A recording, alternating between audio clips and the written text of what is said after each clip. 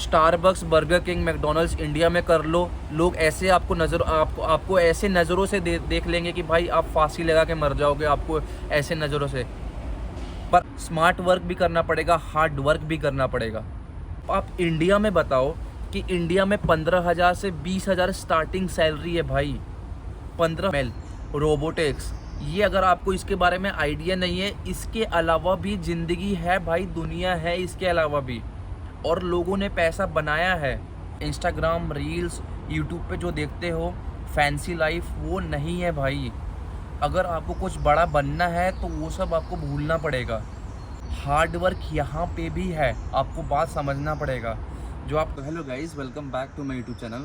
अभी जस्ट पता है मेरा जस्ट अभी फिनिश हुआ है वर्क, तो मैंने सोचा कि क्यों ना मैं अपने इस नाइस टेरेस पे इस नाइस कॉफ़ी के साथ, चाय के साथ नहीं, चाय यहाँ पे नहीं मिलता, तो कॉफ़ी के साथ एक बहुत ही अच्छा इन्फॉर्मेशन वाला वीडियो बनाया जाए जो आपके किसी काम आए और आपको अवेयर कराए आज के डेट के सिचुएशन के बारे में।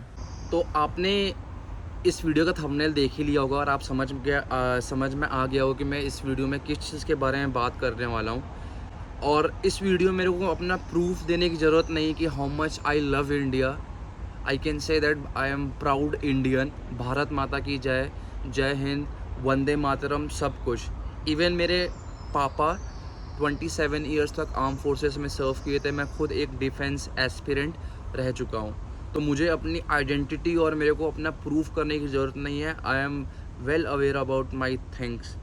बट इस वीडियो में बात करने वाला हूँ कि जो भी एक इंडिविजुअल है, 19 साल से 25 साल या 26 साल की उम्र है उसका, और वो कुछ सोच रहा है कि मिडिल क्लास फैमिली से आता है, कुछ ज़्यादा पुश्तैनी, कुछ पैसे हैं नहीं, ठीक है, उसके पास उसके फैमिली भी बहुत नॉर्मल था, ज़्यादा सेविंग्स नहीं है, पैसे नहीं है, ठीक है, पर लाइफ में कुछ करना है उसको।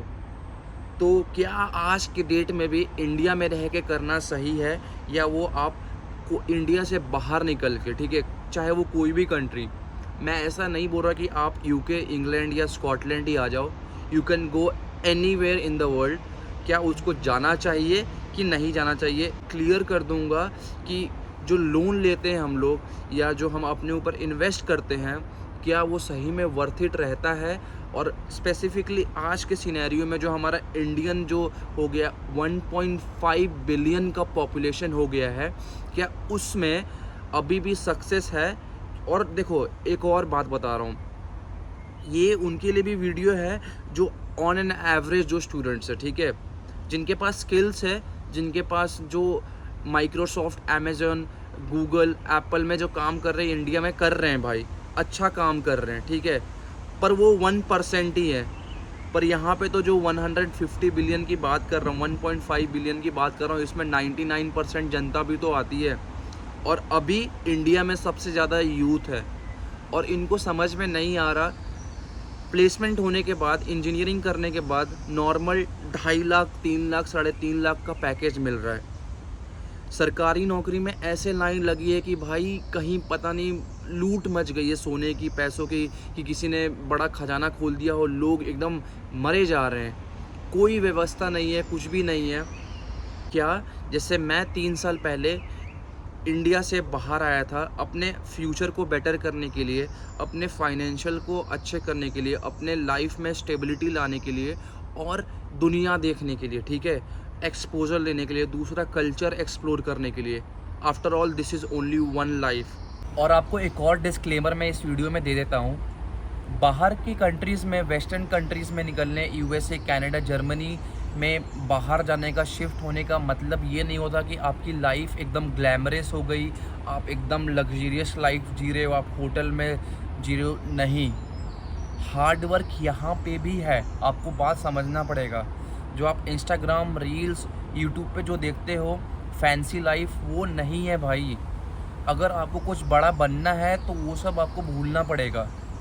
अगर आप 25 और 30 हज़ार की सैलरी में आप बहुत खुश हो, डीएलएफ, गुड़गांव और नोएडा या पुणे जैसी शहर में, और हर वीकेंड पे अगर जाके आप मज़े मार ले रहे हो, फ्राइडे सैटरडे, और बोल रहे हो कि this is one life, this is one life, और नशे में धुत हो, तो भाई आपका लाइफ कहीं भी नहीं जा रहा, अभी आपको सोचना पड़ेगा। तो इस वीडियो में हम बेसिकली बात करेंगे कि कैसे एक बंदा और क्यों आज के डेट में उसको बाहर निकलना चाहिए, कि 5 साल 6 साल में अगर उसको दूसरी कंट्री पसंद नहीं भी आई, ठीक है, अगर वो बंदा वापस आना भी चाहता है, मैक्सिमम लोग तो सेटलमेंट होने का ही सोचते हैं कि हम जो इंडिया से बाहर निकलता है, स्पेशली कनाडा हो गया, यूएसए हो गया। यूएसए में तो अभी बहुत सारा टाइट रूल हो गया है, पर ऑस्ट्रेलिया, जर्मनी, स्पेन, फ्रांस, ठीक है, यूके, इंग्लैंड, स्कॉटलैंड, यहाँ पे जो भी निकलते हैं वो सोचते हैं कि हम अपना परमानेंट बेसिस पे हम अपना सेटलमेंट कर दें। अब आपके प्लान्स बिल्कुल अलग हो सकते हैं। मैं ये नहीं बोल रहा हूँ कि आप आके अपना देश छोड़ दो, ठीक है, अपना कंट्री छोड़ दो, अपना घर बार छोड़ दो, अपना परिवार छोड़ दो, नहीं, ऐसा आपको कुछ भी नहीं करना है। आपको करना क्या है, बस 5 साल, कितने 5 साल शिद्दत से कोई भी बाहर कंट्री में जहाँ पे अर्निंग ज़्यादा हो, इवन आप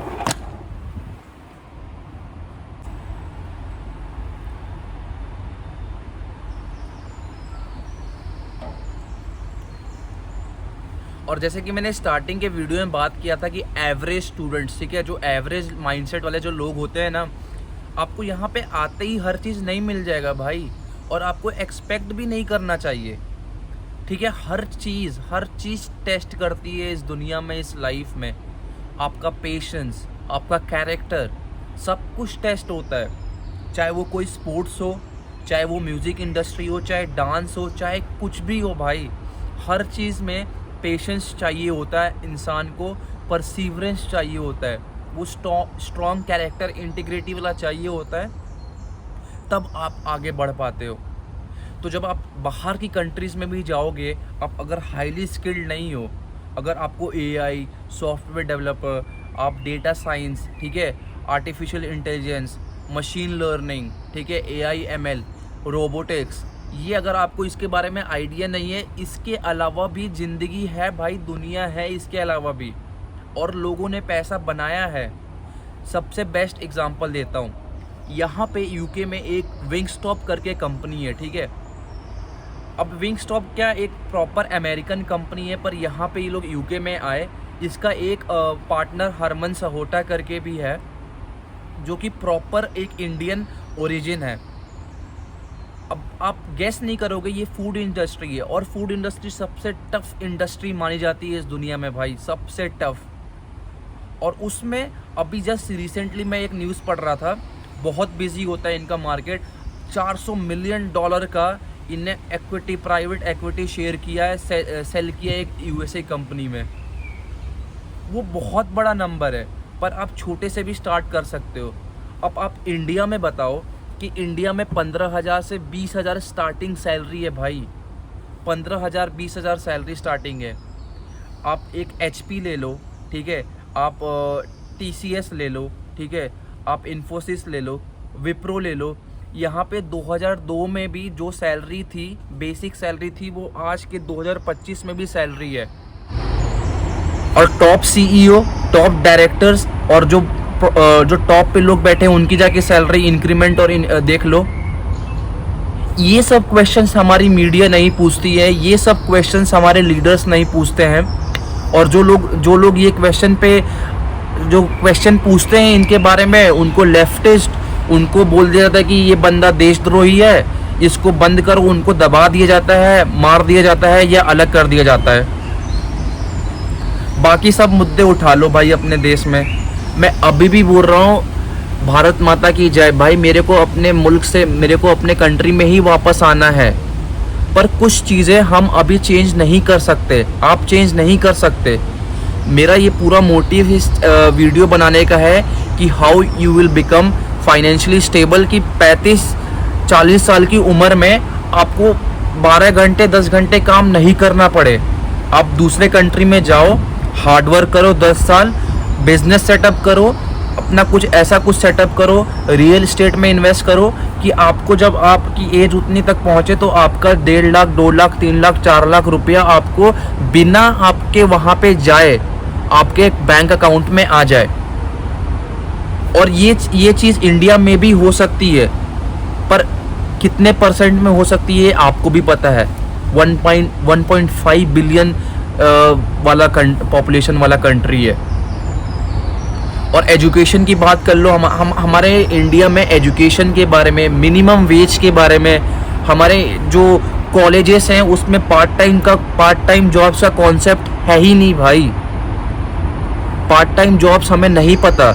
यहाँ पे जो गोरे देख लो, यहाँ पे मतलब वेस्टर्न कंट्रीज में यहाँ पे लोग स्टार्टिंग से ही जॉब करने लगते हैं, 13 साल 12 साल 14 साल, even they are under age, उनको उनका सैलरी बैंड बना हुआ है।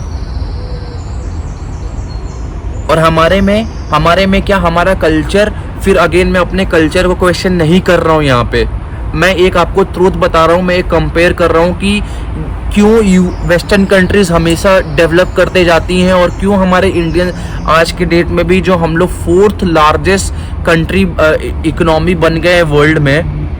आप किसी गांव में जाके देखो यार, मैं कल ही अपने घर में बात कर रहा था, वहाँ पे लाइट कटती है आज के डेट में भी। इवन दो हम पूरा प्रॉपर टैक्स पे कर रहे हैं, इवन दो हमारा घर का टैक्स जा रहा है, या हमारे पापा ने आर्मी में सर्व किया था, इससे कोई किसी को फ़र्क नहीं पड़ता।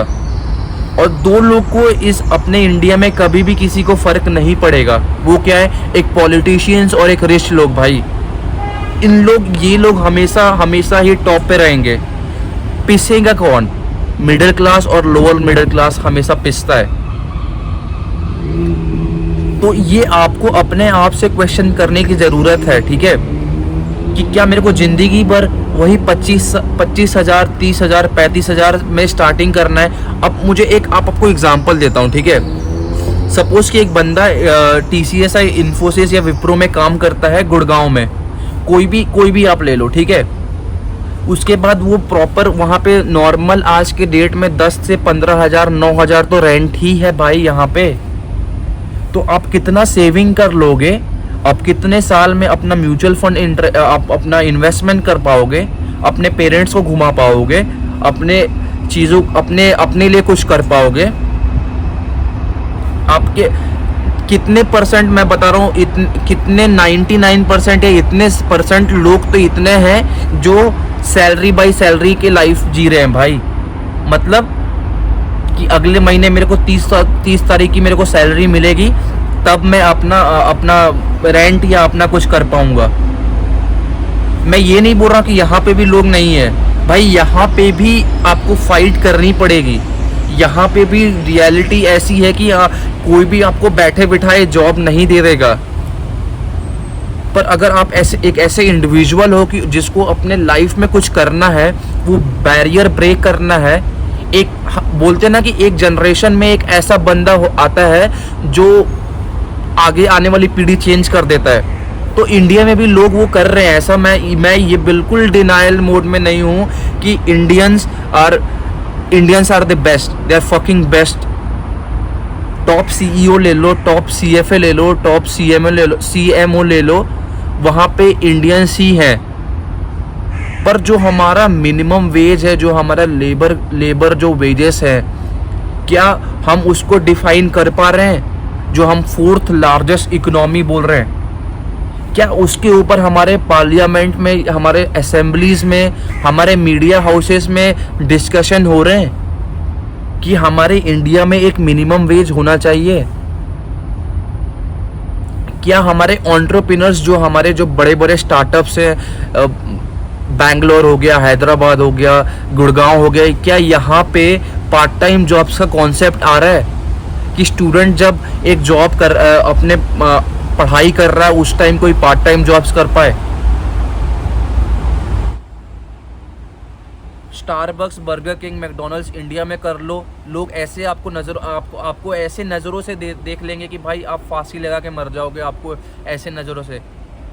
पर अगर आप वेस्टर्न कंट्रीज में चले जाओगे, आप अपने देश से बाहर निकल जाओगे, कोई फ़र्क नहीं पड़ता, आपको कोई नहीं देख रहा। आप ईमानदारी से अपना काम भी करते हो, उसके लिए आपको पैसा भी मिलता है, अच्छा पे मिलता है, और आप खुशी खुशी घर भी आते हो। और मैं ऐसा नहीं बोल रहा, again I am not claiming that कि यहाँ पे लग्जरियस लाइफ होती है, नो।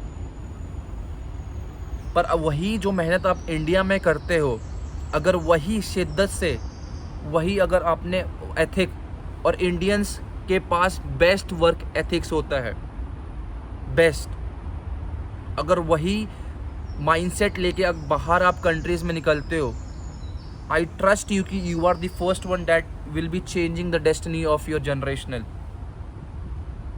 आपके पुश्ते आपको याद करेंगे कि हाँ मेरे पापा परदादा ने बाहर गए और मेरा ये पूरा जनरेशन चेंज हो गया। क्यों? क्योंकि फाइनेंशियल वेल्थ बीइंग आज की डेट में बहुत इम्पॉर्टेंट है। मैंने बोल दिया भारत माता की जय, मैंने बोल दिया वंदे मातरम, जय हिंद, आई सपोर्ट इंडियन आर्मी। आ गए मेरे अकाउंट में 1 लाख रुपए आ गए मेरे अकाउंट में? नहीं आए। आपको ये बात समझना पड़ेगा। हमारे इंडियन सिस्टम में क्या चल रहा है भाई, मीडिया हाउसेस की तो बात ही नहीं कर रहा हूँ, बस एक ही मेरे को एक बेस्ट इंडियन मेरे को लगती है, मैम का नाम याद नहीं आ रहा है, पर शी इज़ द बेस्ट। पहले वियॉन पे करती थी मैम, फिर अभी कहाँ बाहर कंट्रीज में भी जाती हैं। She is the best reporter. जो फैक्ट्स है वही बोलते हैं। अगर यहाँ से इस लाइन से यहाँ पे जाना है तो यही वो मैम यही बताएंगे कि यही लाइन ट्रैवल करना है। ये नहीं बोलेंगे कि मैं कॉफ़ी पी रहा था, मैं वीडियो बना रहा था, फिर मैं ऐसे घूमते घूमते आ गया। नहीं,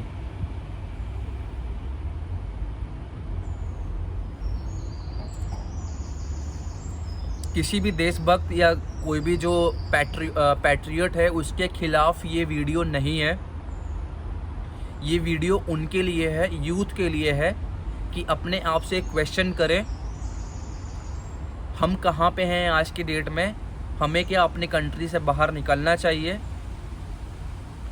क्या हमें अपना एजुकेशन बड़ा करना चाहिए। अगर और एक और बात भाई, एजुकेशन हमेशा इम्पॉर्टेंट रहेगा, सबसे इम्पॉर्टेंट चीज़ रहा है एजुकेशन। चाहे आप स्वामी विवेकानंद ले लो, चाहे आप सर्वपल्ली राधाकृष्णन ले लो, चाहे किसी को भी उठा के आप देख लो, मोतीलाल नेहरू से लेके हर किसी, एजुकेशन उन्होंने बड़ा इम्पैक्ट डाला है भाई।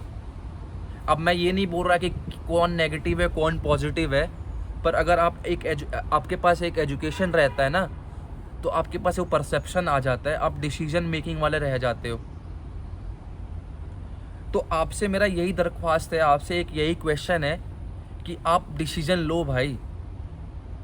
आईआईटी वालों, आईआईएम वालों को प्लेसमेंट नहीं मिल पा रही है, 15 लाख 20 लाख लोग लगा के अपना एडमिशन ले रहे हैं, उनको समझ में नहीं आ पा रहा है। वही 20 लाख रुपया अगर आप यूएसए कनाडा जैसी कंट्री में लगा दोगे, अगेन मैं डिस्क्लेमर दे रहा हूँ, यहाँ पे भी कंफर्म नहीं होता है, लोग यहाँ पे भी स्ट्रगल कर रहे हैं, यहाँ पे भी लोग को जॉब्स नहीं मिल रही हैं, यहाँ पे भी लोग अच्छे से कम्युनिकेट नहीं कर पा रहे। यहाँ पे भी कुछ ऐसे कम्युनिटी, अपने इंडियन कम्युनिटी के लोग हैं जो हम लोग को बदनाम करने पे लगे हैं, पर मैं उनकी बात नहीं करूँगा। मैं आपसे बात करूँगा कि अगर आप एस्पायर हो कुछ बदलने का, अपना माइंडसेट को और ब्रॉड करने का, आपको बाहर निकलना चाहिए भाई, आपको कंट्री देखना चाहिए, बहुत बेस्ट एक्सपोजर मिलेगा। और प्रमोशन जॉब्स की बात कर लो आप, जो आपको इंडिया में 10 साल 20 साल लग जाएंगे, वही आपको यहाँ पे 2 साल 3 साल में आपको अपना हार्ड वर्क करके अगर आप अच्छे से आप करोगे तो आपको मिल जाएगा। तो simply the motive of this video is to aware you that कि आप कहाँ पे जा रहे हो, आपका डिसीजंस क्या है लाइफ को लेके, क्या आपको इंडिया में स्टे करना चाहिए, क्या आपको और अगर आपको इंडिया से 4-5 साल 5 साल के लिए बाहर निकलना है, अच्छा सेविंग्स करना है, 5 साल जाओ ना, 5 साल आप अच्छा सेविंग करो, 6 साल में वापस आ जाओ। आई गारंटी यू कि अगर आप अपने लक्ष्य से नहीं भटके, 5 साल अगर आपने अच्छे से काम कर दिया भाई, 1 करोड़ ईजी आप लेके आ सकते हो। पर अगेन आपको अच्छा स्मार्ट वर्क करना भी पड़ेगा, स्मार्ट वर्क भी करना पड़ेगा, हार्ड वर्क भी करना पड़ेगा। दोनों का कॉम्बिनेशन करके आप चीज़ें कर पाओगे। तो यही मेरा एक वीडियो ये वीडियो बनाने का मोटिव था। मेरे को ऑलरेडी 3 साल हो गए हैं। आज के डेट में अगर मेरे पास सब कुछ अगर लूज़ भी हो जाता है ना, तो मैं इंडिया में जाके कर लूँगा भाई। 1 से 2 करूँगा, 2 से 3 करूँगा, 3 से 4 करूँगा और 4 से 100 कर लूँगा, कोई भी चीज़ हो। क्योंकि मेरे को वो परसेप्शन, मेरे को वो आइडिया मिल गया है ना। मेरे को वो मेरा बैरियर, मेरे दिमाग से बैरियर हट गया कि दुनिया, समाज, चाचा ताऊ, पड़ोसी क्या सोचेंगे मेरे बारे में। Don't give a fuck, I don't give a fuck. और यही मेंटेलिटी इंडियन सोसाइटी में अभी तक नहीं आई है, और जो आई है वो पैसे छाप रहे हैं। रितेश अग्रवाल, अमन गुप्ता, कितने सारे एंटरप्रेन्योर हैं, ले लो। अश्नीर ग्रोवर। तो आई होप ये वीडियो बहुत दूर तक जाएगी। अगर थोड़ा भी अगर आपके, तो भाई अभी बारिश अब धीरे धीरे बढ़ रही है। अगर थोड़ा भी ये वीडियो आपको टच किया होगा तो एक बार लाइक और सब्सक्राइब और अपना जो कमेंट करके ना एक बार बोल देना, एक पॉइंट ऑफ व्यू डाल देना अपना कि क्या आपका पॉइंट ऑफ व्यू है, और फिर आगे बात करेंगे। आई होप जो इस वीडियो का मोटिव था, जो मैसेज मेरा आपसे भाई टू भाई, ब्रदर टू ब्रदर जो आपको पहुंचाने का जो मोटिव था, वो इस वीडियो के थ्रू आपको अब समझ में आ गया होगा। अगर आप समझदार हो तो आपको समझदार को इशारा ही काफ़ी है, बाकी तो आपको यार आप खुद समझदार हो। तो फिर मिलते हैं अगले वीडियो में। अगर वीडियो अच्छा लगी हो तो सब्सक्राइब भी चैनल को कर देना, और ऐसे वीडियो में काफ़ी मैं लेके आने वाला हूँ। चलिए फिर मिलते हैं अगले वीडियो में। जय Hind, Vande Mataram, take care, bye bye.